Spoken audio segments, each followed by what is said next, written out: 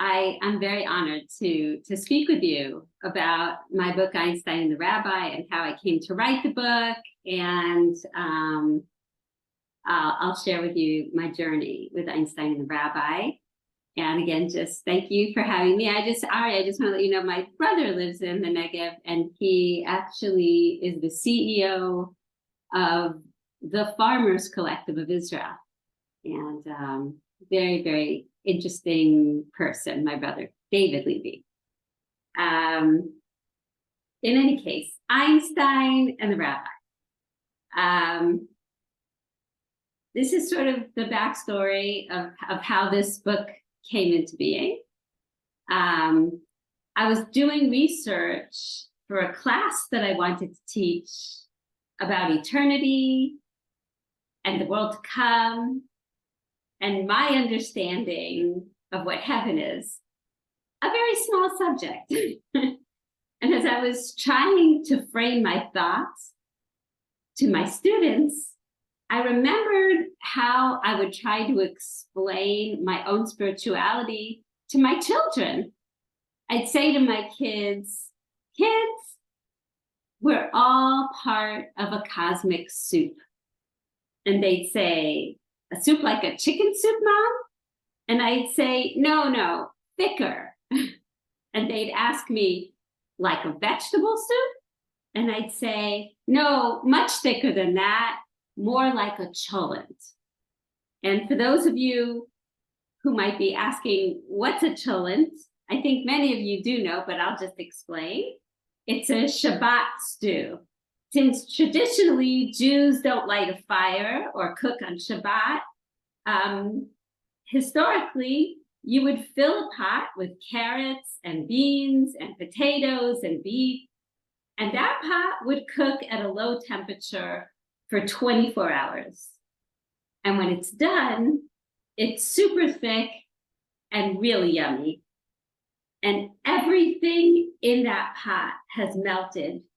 The boundaries between the meat and the potatoes and the carrots and the beans have all given way into this velvety, savory stew. And that's always been my take on eternity. That the physical world we can see is actually part of a spiritual world that's as close to us as our own breath. We're all part of a churning cosmic stew, surrounded by souls we cannot see. And that stream of eternity runs through us and through everything around us. I've always taught my kids that, and I taught my students that. And as I was doing research and trying to really describe our universe as a giant cholent stew, I came upon a much more eloquent description of our universe and of eternity from Albert Einstein, who wrote these words: a human being is part of the whole, called by us universe, a part limited in time and space. He experiences himself, his thoughts and feelings, as something separated from the rest, a kind of optical delusion of his consciousness. The striving to free oneself from this delusion is the one issue of true religion. Boy, when I saw that quote from Einstein, it just moved me to my core. The teaching sounds like it could have come from a Zen master or from the Zohar, perhaps, but it's come to us from Einstein. Can I repeat it to you again so you'll hear it carefully? A human being is part of the whole, called by us universe, a part limited in time and space. He experiences himself, his thoughts and feelings, as something separate from the rest, the kind of optical delusion of his consciousness. The striving to free oneself from this delusion is the one issue of what Einstein calls true religion. So every time we feel separate, it's a delusion. Every time we see things as separated, it's a delusion. It's an optical delusion. I was so blown away by these words from Einstein, who was speaking to us not as a Buddhist and not as a mystic, but as a physicist convinced of the unity of all existence, and who saw the interconnectedness of matter, of time and space and the universe. Of course, I found the quote on the internet, and it was completely divorced from all context, just as a single snippet. And it's so easy to misunderstand when you have no context. It's hard to interpret when you don't know the full context of a statement. Hold up. I was so moved by this teaching, and I so wanted to hear Einstein's words in context. I wanted to know what he was talking about. I wanted to know what had elicited these words that moved me so. I needed to know who he was talking to. It was a letter. It was from a letter that Einstein wrote. And that's where my hunt began. As I dug deeper, I discovered that Einstein had written those very words to a grieving father.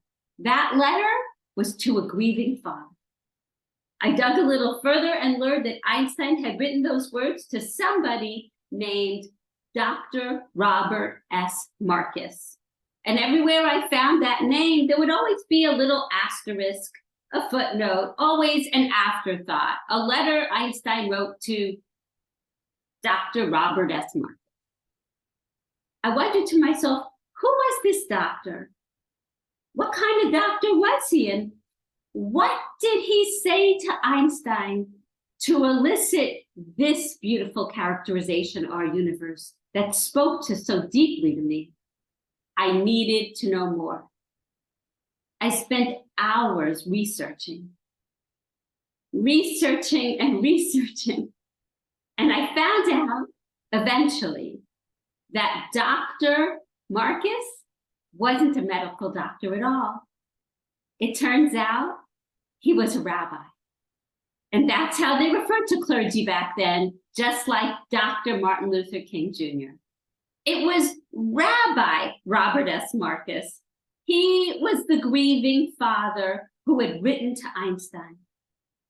And then I began asking myself, who was Robert Marcus, this rabbi? And what did he say to Einstein? I needed to find out. So I scoured the internet and I made scores of calls. And soon, slowly, I began to peel back the layers of this mystery. I traveled to archives in New York City, archives in Cincinnati, archives, the Einstein archives at Hebrew University in Jerusalem. I conducted scores of interviews. And here's what I was beginning to learn. Rabbi Robert S. Marcus was an Orthodox rabbi who also earned a degree in law from NYU. But he wasn't just any old rabbi with a law degree. He was a Jewish chaplain in the US Army during World War II in General Patton's army. He was there on the beaches of Normandy and then in southern France and in Germany, and he brought comfort and solace to frightened, wounded, and dying soldiers. He was a captain and was awarded the Bronze Star for meritorious service. And then, on April 11th, 1945, Rabbi Marcus was one of the first chaplains to enter Buchenwald concentration camp upon its liberation. And as he walked through Buchenwald, he saw the indescribable inhumanity, corpses piled high, the stench of burning flesh. And then Rabbi Marcus came upon the living corpses, human beings starved beyond all comprehension. And one by one, he told them, Yidden, Jews, I'm a rabbi. You're free. And as he walked deeper into this hellish world, Rabbi Marcus found children. Unbelievable. Because as you know, children were the first to slaughter. He found 904 Jewish boys who had been hidden in Buchenwald. They were malnourished, but they were alive. And these 904 youngsters became Rabbi Marcus's personal mission. Among them was a boy named Eliezer, who looked more dead than alive. But we don't know him as Eliezer. The world came to know him as Elie Wiesel. And there was also another little boy among Rabbi Marcus's Buchenwald boys, whose name was Lulik. Rabbi Marcus's younger colleague, Rabbi Herschel Schachter, discovered Lulik hiding in fear. And with tears running down his own eyes, his own face, Rabbi Schachter picks up this little boy and asked him in Yiddish, "What's your name, my child?" "Lulik," the little boy replied. "How old are you?" the rabbi asked. "What difference does it make?" Lulik, who is only 7, said. "I'm older than you anyway." "Why do you think you're older?" Rabbi Schachter asked, smiling.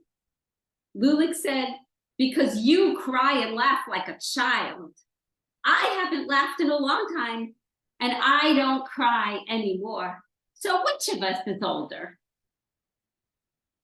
Little Lulik grew up to be Rabbi Yisrael Meir Lau, the chief rabbi of Israel. Like Lulik, people who observed these boys noticed that they might look like children, except 2 things stood out. First, it was their eyes. They weren't children's eyes. They were the eyes of adults who had seen far too much pain and suffering. And the other thing was, these kids didn't play children's games. They were only drawn to the radio and the newspaper headlines and needed to know what was going on in the world. These children would stay on for many weeks together with Rabbi Marcus in Buchenwald under his protection. It became his mission to let them be children again, to restore some measure of innocence and laughter into their lives. They were orphans, 904 orphans, with no home to return to, no parents to come home to, no arms waiting to embrace them. And he took it upon himself to become their home, to become their father, their rabbi, their teacher, with arms wide enough and a heart big enough to embrace them all. And of course, when he'd look upon the beautiful faces of these children, he couldn't help but long for his own children back home, who he missed so terribly. His eldest, Jay, was only 6 years old, and I read the letters he wrote home to Jay, and trust me, their souls were intertwined. And then there was little Stephen, who was just 4 years old, and the youngest, Tammy, who was born while he was serving in the war, and little Tammy he never met. And of course, his wife, Faye, who he missed so deeply. But Rabbi Marcus decided to stay on in Buchenwald, committed to restoring these boys to health and to finding them a new life. There were classes and religious services. He wanted to teach them to believe in a new day, to trust again, to hope again, to have faith again.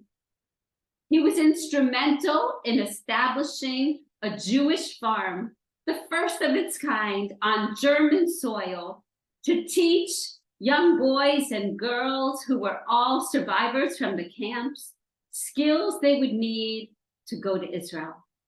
It was called, of all things, Kibbutz Buchenwald.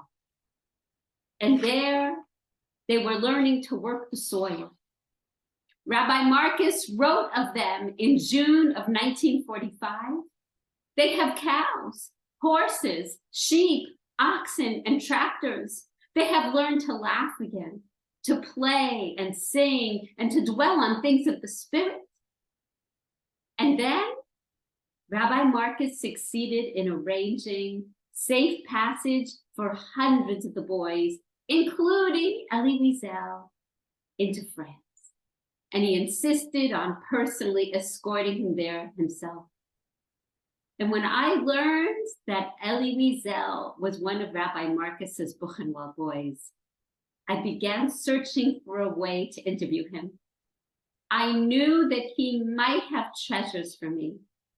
I began interviewing other Buchenwald boys, and they would tell me, Rabbi Levy, I want you to know that Rabbi Marcus was our Moses, leading us from slavery to freedom.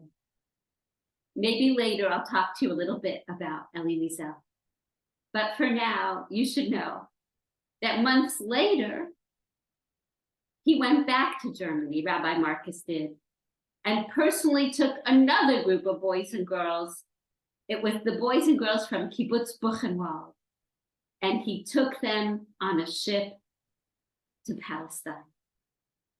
He took them there himself. And on that ship, there was another girl who grew up, who I got to interview, who told me about all of the optimism and hope on that ship ride with Rabbi Marcus, and how they would dance horas on the deck of that ship. They arrived in the port of Haifa on the eve of Rosh Hashanah, and that young girl's name, she grew up to be Dr. Ruth Westheimer. Well, those young boys and girls from Kibbutz Buchenwald did end up establishing a kibbutz in Israel, and they did not call it Kibbutz Buchenwald. It's Kibbutz Netzer Sereni, which I did also have the honor of visiting. Well, after Rabbi Marcus arranges for safe passage for some of the boys to France, where he found them places in orphanages, Jewish orphanages, and the safe passage for the rest of the children on a ship to Israel, where they established Kibbutz Netzer Sereni, he finally returns to the US. But he doesn't exactly go on vacation. There's a warm reunion with his family. And then Rabbi Marcus assumes the position as political director of the World Jewish Congress, where he fought tirelessly to help survivors remake their lives, and where he now fought for the rights of Jews across the globe, especially Jews who were being persecuted in Arab lands, and then Jews who were in South America. And it was when Rabbi Marcus was in Europe lobbying for better protection for Jews there, that his wife, Faye, back in New York, took the kids to a bungalow colony in the Catskills. A bungalow colony, I don't know, do you all know what a bungalow colony is? It's like, it's a lake, and there are cabins along the lake, and Jews on the East Coast loved to go to bungalow colonies.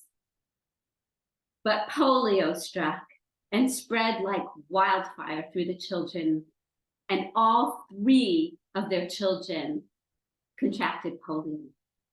And it was while Rabbi Marcus was in Europe fighting for the rights and the protection of our people that his eldest child, Jay, whose soul was bound up with his own soul, died of polio at home. And in his grief, Rabbi Robert Marcus wrote a letter to Albert Einstein. And Albert Einstein wrote him back with his beautiful description of our universe. This was the man who wrote to Einstein. Not some footnote in history. It was this great man who had dedicated his life to the cause of human dignity, who had dedicated his life to protecting and caring for so many children, but who could not save his own precious son. You should know that 11 short months after receiving his response from Einstein about the unity of all things, Rabbi Robert S. Marcus died of a heart attack on January 18, 1951. He was all of 41 years old, and he left behind his wife, Faye, who was only 35, with 2 small children. This woman was bereft of her firstborn child, bereft of her husband, and in my research, as I would later have found, she was pregnant when he died. She was 8 months pregnant. I had learned many things about this exceptional man, but I wasn't done with Rabbi Marcus. I needed to learn more about him. I needed to know what Rabbi Marcus wrote to Einstein.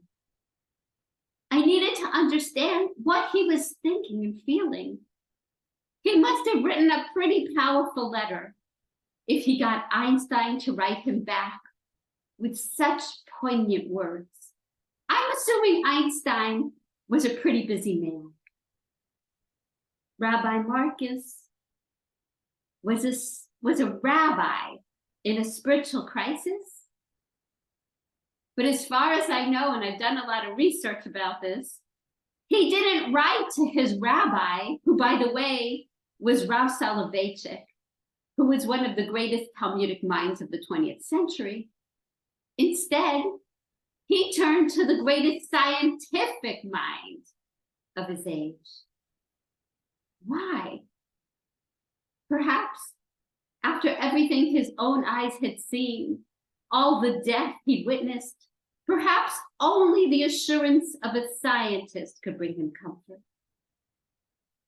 The mission of true religion, according to Einstein, is to strive to free people from the optical delusion of our consciousness that we are separate, when in truth, we're all one. Einstein is saying that we're all part of a greater whole, all things, the living and even the dead. And it is our delusion of separateness that causes us so much pain, when in reality, all is connected and intertwined. To take it a little deeper, Einstein wrote a condolence note to the family of his own best friend. Einstein's best friend was a physicist named Michel Besso, a man named Michel Besso. And Einstein wrote a note of condolence to his family. And in that condolence note, Einstein said, the distinction between past, present, and future is only a stubbornly persisted illusion. Einstein wrote those words less than a month before his own death. So if that is the mission of true religion, then I want to speak to you about a oneness that holds us all together, especially these days in a world that seems torn apart by so much polarization. Every once in a while, you catch a glimpse of it, a sense that you're part of something infinite and wondrous that not only surrounds you, but flows through you.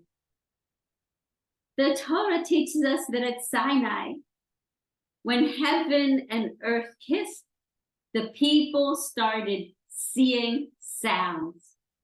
Ro'im et hakolot. They started to sense things we normally can't access.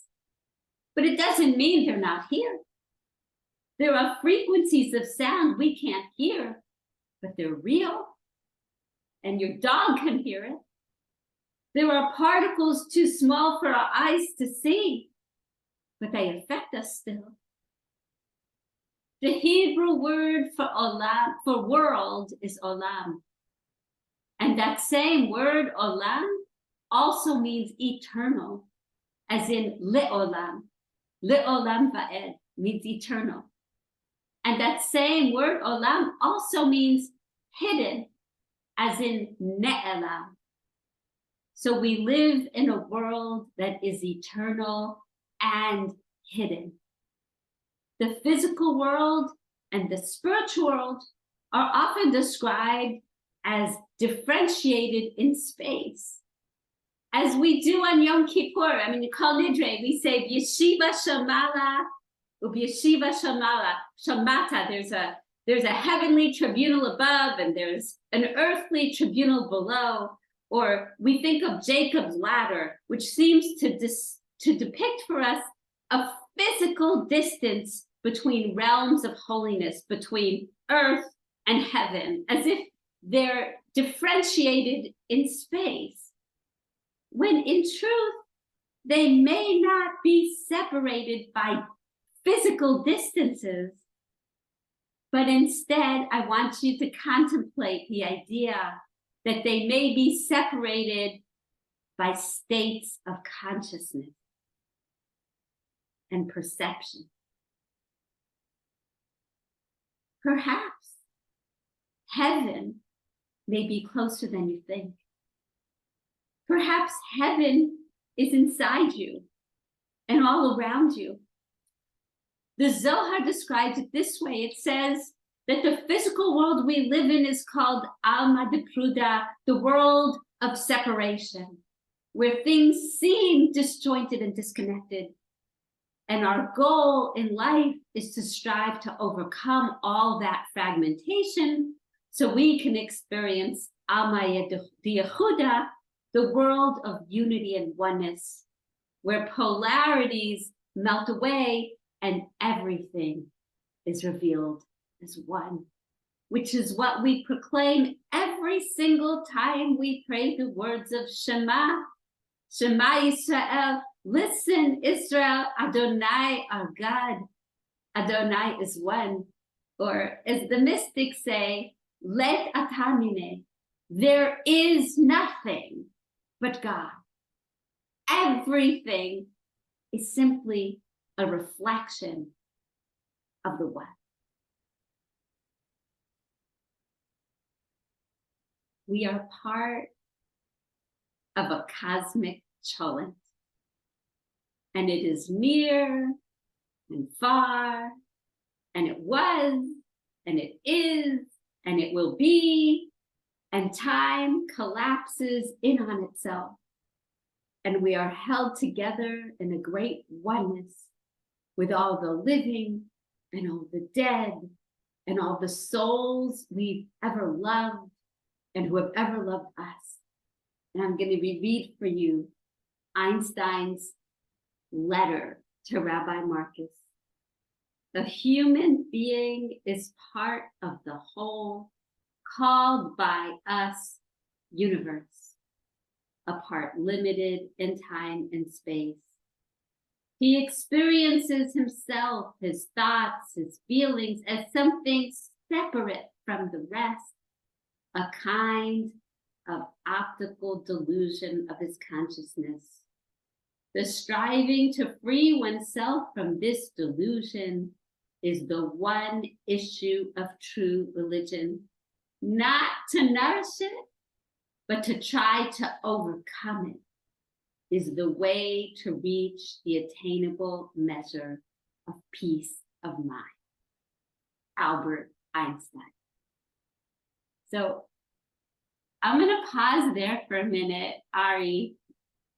I'm happy to talk a little bit more about Elie Wiesel, or I'm also happy just to begin taking some questions. I see it's 4:35, so I'll let you guys decide if you want me to talk about Elie Wiesel or you just want to ask me some questions. Okay, well, to my audience. You always have great questions. Feel free to chat them. There's a few that have been in here. I mean, one question is, I assume he wrote to Einstein because that was the greatest person of that time. Um, did you find out did he have any other connection before he wrote that letter to Einstein, or was it a one-off letter that he mailed? He was the political director. You know, he had quite a big title, but they weren't in communication before that. So it was really just kind of Oh, why out of not? the blue. Yeah. Um, it's funny because as like I mentioned before, I was just in Germany, so I was hanging out in Berlin where Einstein was hanging out, and I went to a synagogue where apparently Einstein played a violin concert. So this is a very timely program we're doing today. I guess, people have been asking, you know people in your life, and maybe you're one of them, and most people who aren't, who have that sense that they're part of something bigger, that they have that sense that there is this unity out there that what Einstein was saying they can sense. Mhm. But most people can't sense that. So why is it that some people have that ability and most people don't? I guess is the question I see here. I would imagine, and perhaps you guys will correct me, but I imagine that every one of us has had some experience of it, not on a daily basis, but that we have had some experience of feeling a deep connection, and that somehow at that moment boundaries blurred and we sort of saw something that gave us a hint that there's a much deeper connection than what we had assumed before then. But those experiences, when I've traveled around the country, people will share those experiences, but we tend to sort of like put them in a drawer somewhere. We don't quite know what to do with it. But that there's some sense that there's something greater here. And the journey of my book is to say that the aspect within us that has that ability to see that unity is our souls. And the more we can understand the soul, the more that we can begin to experience life with a greater sensitivity to the ways that we're all interconnected. So the book becomes a journey about listening to the voice of the soul, which I believe is sort of that center of knowledge of the unity of all things. And it's that place within us that's eternal. And that, from the very beginning, there's this understanding the rabbis tell us that the soul can see from one end of the world to the other. But our egos can't, and our rational minds can't. But there might be a piece of us that actually can. Thank you. There was a question here. Were you able to get a copy of the letter that Rabbi Marcus wrote to Einstein? If so, is that in the book? Maybe. Oh, okay. You'll have to read the book to find out. Okay, there you go. It's a teaser. So it sounds like you really kind of went down the rabbit hole in writing this book, and I forget how long ago it was. So tell us about that process. I mean, how long did it take you to get to the bottom of that hole and then back up to write the book? Did the book kind of, once you did your research, did it just flow out, or was it also a long process? It was a 7-year process, the writing of this book, and it was, gosh, I so wish that I had come into this information sooner, because I would, through my research, find my way to a certain Buchenwald boy and then find out that he had recently died, or that he no longer was cognitively capable of speaking to me. So there were many Buchenwald boys that I was no longer able to speak to, but I did interview many Buchenwald boys who were so unbelievable and remarkable. And so many of them told me stories about how Rabbi Marcus restored them to their souls, how he saved their lives, what he meant to them, what it meant, when he led the first service at Buchenwald. And yeah, pretty amazing. Is there a reason we don't know, and you didn't even know who he was until you did your research? Why was he kind of lost to history? I think because he died in 1951, he just didn't get to be, at his time, his obituary was in the New York Times. He was the first chaplain to enter Buchenwald. He did all these heroic things. He was the right-hand man to Stephen S. Wise. He was his, protege of Stephen S. Wise. And he was the guy. He was incredible, but I think because he died so young, at age 41, at the time, he was the one who led the boycott of Nazi products in Madison Square Garden. He held rallies in Madison Square Garden. He spoke all over the place. But I think because he died in 51, he just didn't. I'm so honored that I was able to restore his place in history. And for that, I know his family is very grateful. Did you get the impression that Einstein knew who he was when he was responding to the letter because of what you just said? I think that Einstein, that he knew he was the political director of the World Jewish Congress. Yes, he did know that. Because, I mean, the other story would be it was a random letter that Einstein randomly responded to, but does not sound like that. When you were doing your research, given Einstein's response, what did you come away with regard to Einstein and his view of religion and his personal connection? I did a lot of research about Einstein and religion. And like I said, I spoke to Einstein scholars, and I went to Hebrew University and met with the heads of the Einstein archives, and I read a lot about it. And, Einstein was a theist.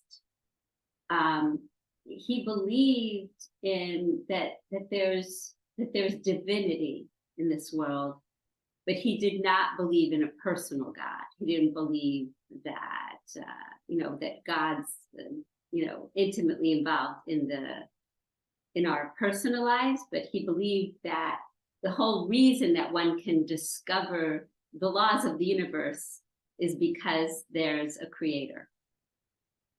But he had this very deep mystical side to him, Einstein did. This very deep mystical side to him. And he was a pacifist. And was the mystical side of Einstein, did you find that in lots of books, or is that something that you kind of dug up? I read about it. And he also was very, he really was drawn to the writings of Spinoza, for example. Okay, well, CSP did a program on Spinoza, so I'll share that now in the follow-up notes as well. Other questions, or I can talk to you a little bit I think that's it for now. We kind of a little bit about Elie Wiesel then. As you know, I've been searching and interviewing many of the Buchenwald boys who could offer me any piece of information about Rabbi Marcus, who had died in 51. I'm reading to you from my book now. But the one Buchenwald boy I most wanted to speak to, the one who I believed could really put Rabbi Marcus's story into context for me, was Elie Wiesel. I so longed to interview Elie. I'd write, I'd call, I'd email, and his assistant always told me that his calendar was completely booked. And I had a lot of connections to Elie Wiesel, but I wasn't succeeding. One of friends of mine who knew Eli told me that he was in poor health at the time and that his mind might not be as clear as it once was. Perhaps Eli didn't remember Rabbi Marcus anymore. Perhaps that's why I couldn't reach him. Still, every few weeks, I'd email again, requesting an interview. I was a little bit like a pit bull when it came to Eli Wiesel. I waited and reached out for 3 years. And then one day, I got a response. Eli wanted to speak with me. On the afternoon of our interview, I was so excited, my heart was pounding in my chest. I still worried that Eli might not have much to tell me about Rabbi Marcus, but I was so grateful and honored to be able to speak with him. And then I asked my first question. I said, Eli, do you remember Rabbi Robert Marcus? Eli said, do I remember? He said, I saw a soldier appear with a Magen David sewn onto his military uniform. Eli explained, this meant a lot. Up to that moment, for us, a Magen David was a mark of death. And here suddenly, it was the mark of freedom. That's not something you forget. Then Eli told me about the power of that moment when Rabbi Marcus led the very first prayer service in the Buchenwald concentration camp. He said to me, we prayed all the time in Buchenwald, but this was different. It was a great happiness, surprising. It meant a great deal that we could pray with him. Eli told me that he was in awe of Rabbi Marcus.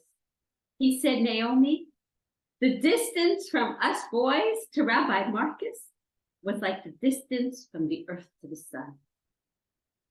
70 years had passed, but his memories of that time had not faded. Toward the end of our conversation, I asked Eli the question I'd been longing to ask him. If he knew about a letter that Rabbi Marcus had written to Einstein after the death of his son Jay. Eli told me he did not know of such a letter. I read Eli Einstein's letter back to Rabbi Marcus, and then I asked Eli, what was the most important thing that got you through your worst times? Without missing a beat, Eli replied, friendship. Without a doubt. Friendship. Yes, friendship, of course. As Eli spoke, I was beginning to see threads of connection. The way you can even be a friend to a total stranger. How Rabbi Marcus was there for Eli Wiesel, and how Einstein was there for Rabbi Marcus, and how Rabbi Marcus was there for all the Buchenwald. Strangers who reached beyond themselves to lift up and save another. People who rose above that optical delusion of separateness. We are all part of a whole. You never know how a stranger is going to enter your life and save you and lift you and liberate you from the delusion that you are alone. Should I keep going? I have a quick question for you that I see here. So you said that Rabbi Marcus's rabbi was Rabbi Soloveitchik, who was also the founder of the school I went to in Boston, which is Maimonides, and I would see Rabbi Soloveitchik there when I was in like middle school. So the question is, if Rabbi Marcus had written to Rabbi Soloveitchik, what answer do you think he would have got, and would it have been different than Einstein's? I know the answer. And one would have to know what Rabbi Marcus asked.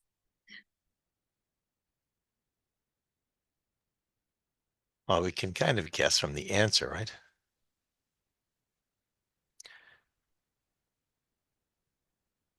I don't know the answer to that. Well, this is what's good about CSP. It's not a hot seat, so I'm not going to press it. We can ask questions, and I think it's something to think about. I guess maybe it's just like he asked a scientist. He didn't ask a rabbi. Why didn't he ask the rabbi? Was Or he maybe, afraid? Was he afraid of you know, was he afraid of getting a different answer? maybe,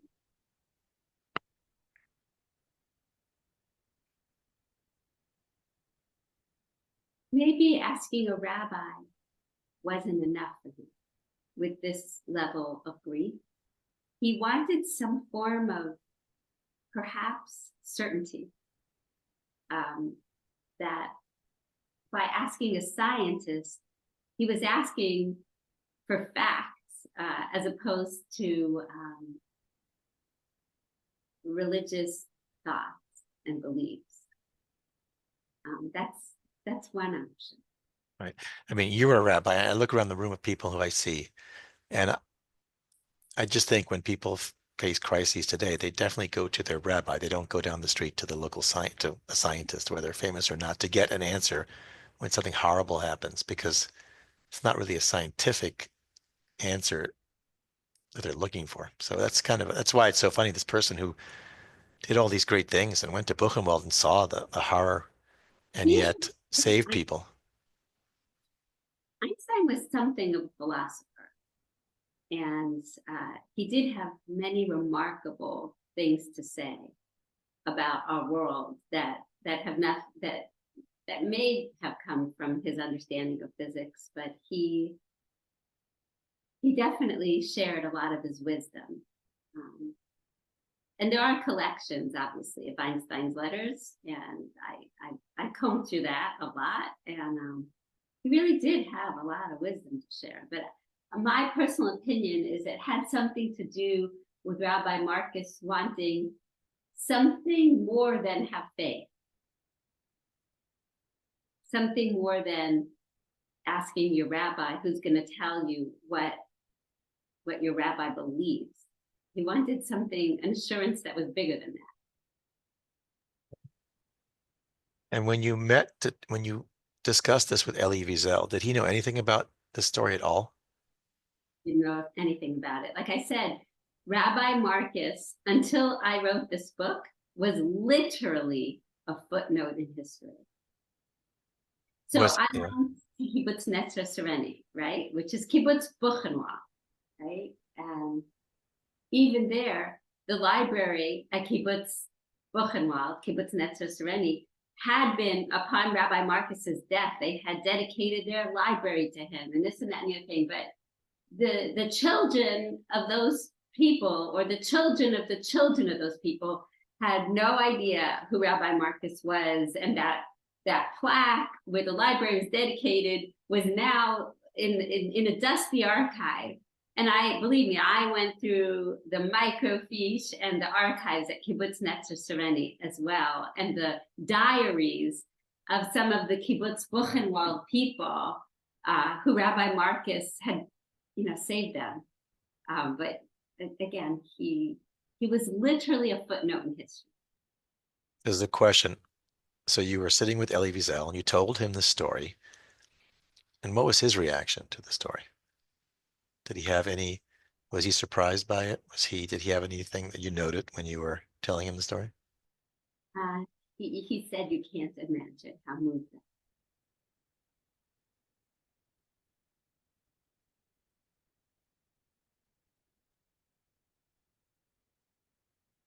People are asking for a little more from your book, and then we can wrap it up at this point, I think.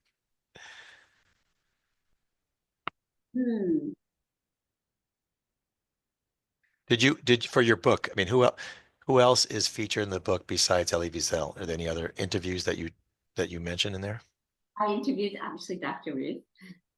I interviewed many Buchenwald boys. Some of them were here in LA, some were elsewhere, all over the world.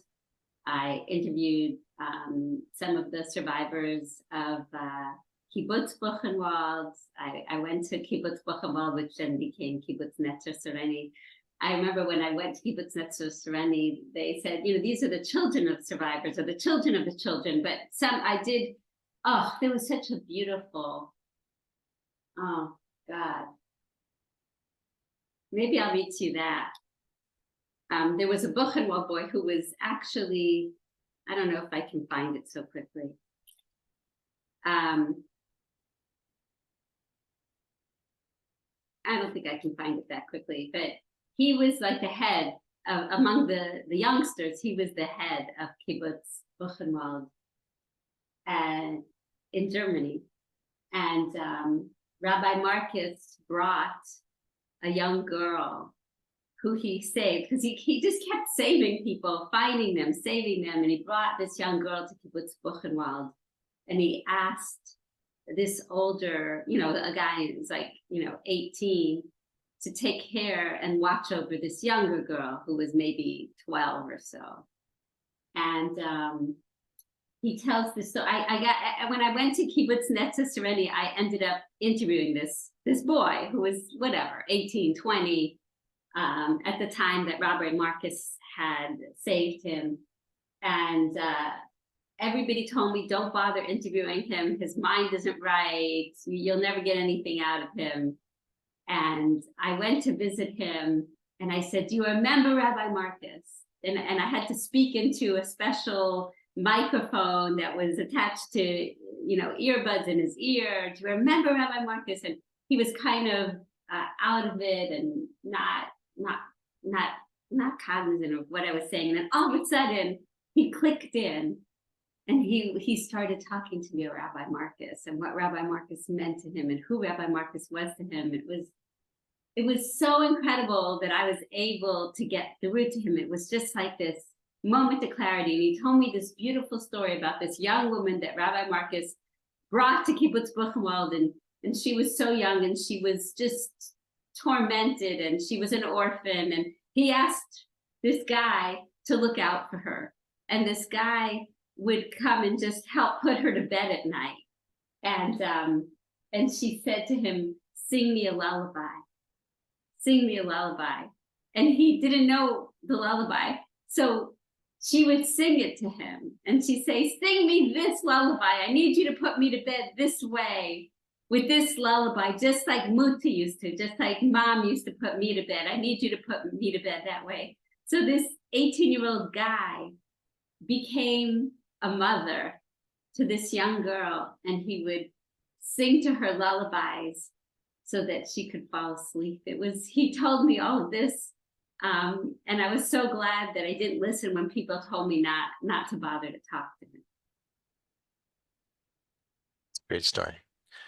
So we only have about a minute or two left. I'm getting lots of nice chats, how much people are enjoying this. I have a chat from Cheryl who says she highly recommends listening to you read your book on Audible. So I will share that with people as well. I believe my wife told me, Amy, the chazan, that she's been listening to it in preparation of your visit with when she goes and picks up the boys. So my 6-year-old and 8-year-old you're like a rock star now. They're looking forward to meeting you at Shul this Shabbat. It was actually very, very interesting to read the book aloud like that in the studio. And it was, I really enjoyed it. And if that's the way you want to read the book, then I encourage it because, it's going to be read by me. And I wrote it, so, Right. I guess the last question is, I assume you did many, the book's been out for how many years now? I think it was published in 2017, before the pandemic. Yeah, so, close to 10 years, 7 years. So when you were on your book tour, did you have any unusual experience when you read the book? Did something happen? Did someone come up to you and said, oh, I was actually one of the Buchenwald people? Did someone come up and say, I knew the story, or did anything like that you have to share? Story, but there were people who were the children of Buchenwald boys. And did they, the title, Einstein the Rabbi, really is a great title for a book, but the book is really about the rabbi and not Einstein, right? Well, no, you'll see. I mean, for those of you who read the book, I go into. Oh, Hal Hurwitz, I can see him. He's ordering it right now. He's right there on the. I definitely explore what Einstein has to say about God, the universe, faith, mystery. And there were just many coincidences that, when you go down a rabbit hole, looking for Rabbi Marcus, I definitely, would hit gold that had to do with Einstein. So, for example,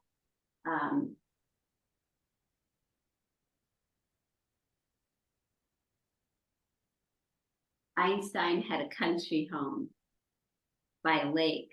He was a big sailor, and he used to sail.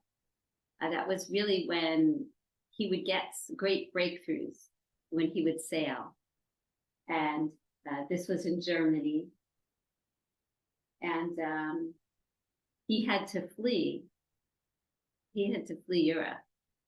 And he left his home to Jewish children who were hiding in his home and fleeing from the Nazis. And eventually, this all came out during my research, but all those children, many of those children were captured and slaughtered, and that home of Einstein became a base for the Hitler Youth. Well, we can't end on that note. Okay. So I will tell you though that Hal Hurwitz wrote that he already has your book and he read it. So now he's looking forward to talking to you more about it at synagogue. Hal's one of our davening leaders at our synagogue. So Wonderful. you have a fan base at the shul, I guess, already. I'm looking forward to spending Shabbat in your shul and in your community, and I hope that you find meaning in this this book, and that you will follow your souls on that journey to see that perhaps we're more connected than what you think. And I wish you only blessings. That's a good way to end. I will add that the money we're using to pay the visitors to our synagogue comes from a fund that was established when Elie Wiesel came. When we built the synagogue in this current location, Rabbi Eli Spitz had an opening lecture, and Elie Wiesel came in, and we filled the shul up, and we raised so much money we put it into a fund, and that's what we used to bring our speakers. So I guess we'll end there at that connection, and we look forward to seeing you the Shabbat. And anybody else who'd like to join us, we will be there in Tustin, California, this Shabbat. Thanks everybody for joining us. Thank you. Have a great weekend. All of you, and a very happy Thanksgiving. Happy Thanksgiving. Bye, everybody. Take care.